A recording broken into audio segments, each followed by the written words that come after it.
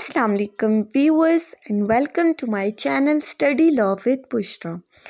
So in today's video we are going to discuss the topic of kinds of amendments in pleadings and the situations in which the court refuses to do the amendments in the pleading under Civil Procedure Code 1908.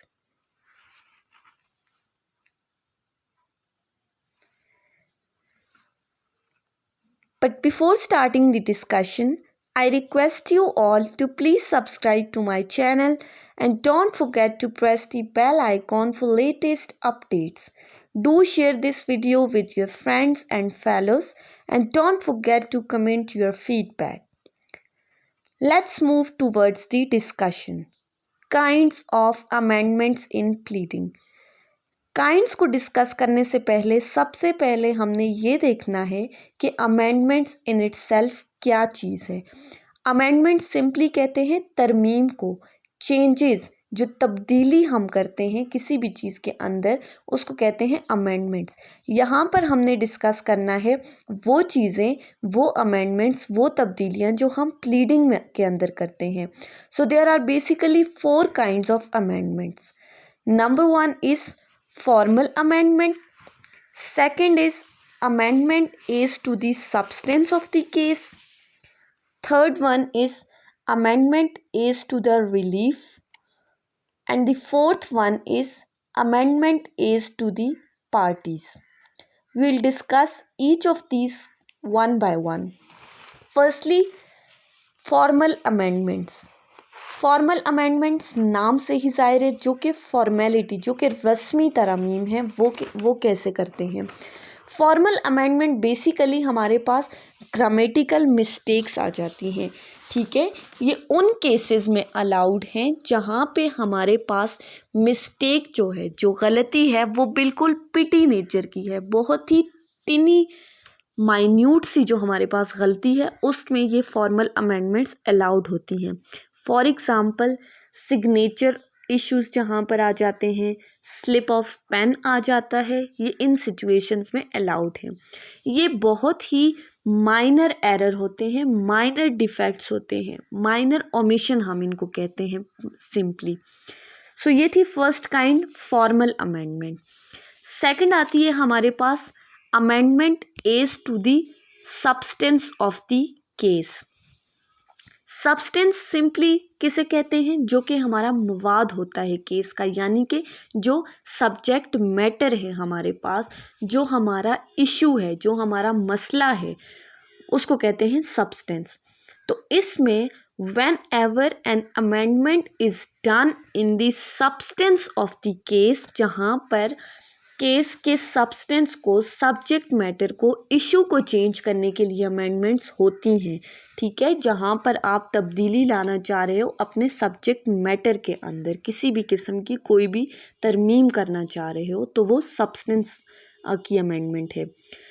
Third आती है हमारे पास amendment as to the relief.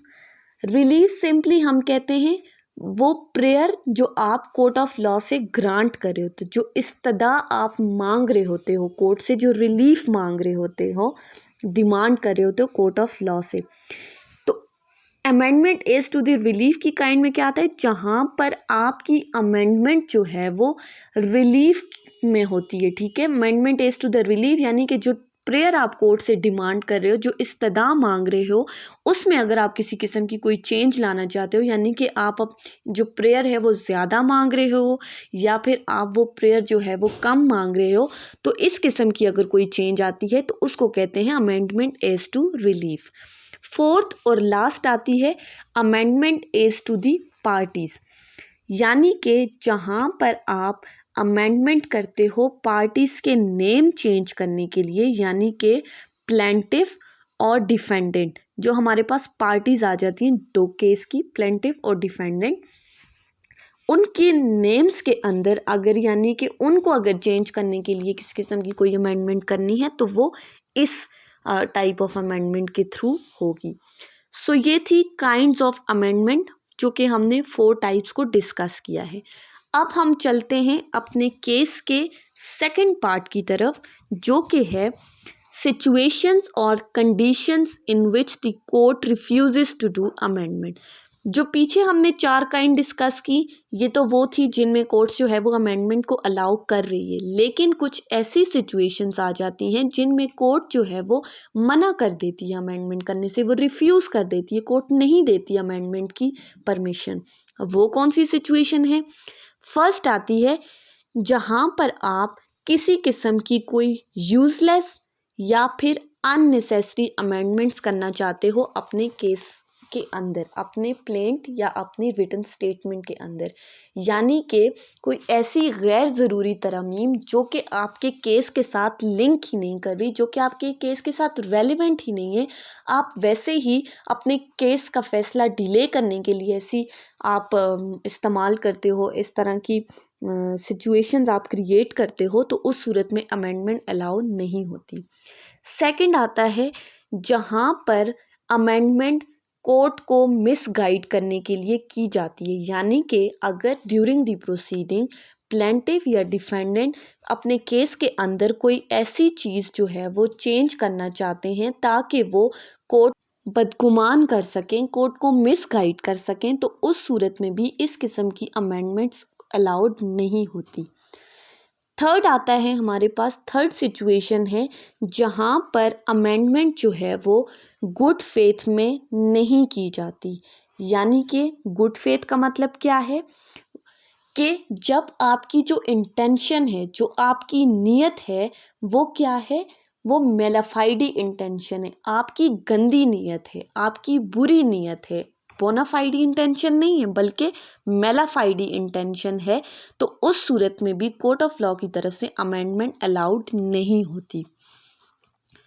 Next आती है fourth situation जहाँ पर amendment जो है वो ऐसी इंजरी कॉज करती है ऑपोजिट पार्टी को जो कि किसी भी तरह से कंपनसेट नहीं हो सकती, यानी कि where the amendment would cause the opposite party such injury that can not be compensated by the cost that can not be repaid, तो उस सूरत में भी कोर्ट ऑफ लॉ जो है वो अमेंडमेंट अलाउड नहीं करती, जहाँ पर आप ऑपोजिट पार्टी को ऐसा नुकसान पहुँचा रहे हो जो किसी तरह से भी कंपनसेट नहीं किया जा सकता, जो किसी तरह से भी रीपे नहीं हो सकता, तो तब भी अमेंडमेंट अलाउड नहीं है।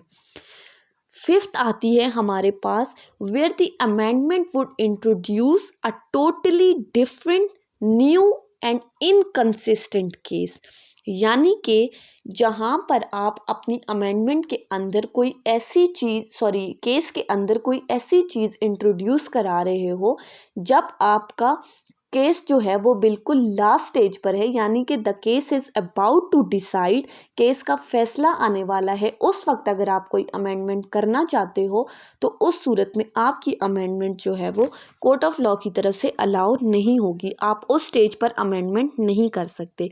सो ये 5 सिचुएशंस थी जिनमें कोर्ट जो है वो अमेंडमेंट अलाउड नहीं करती।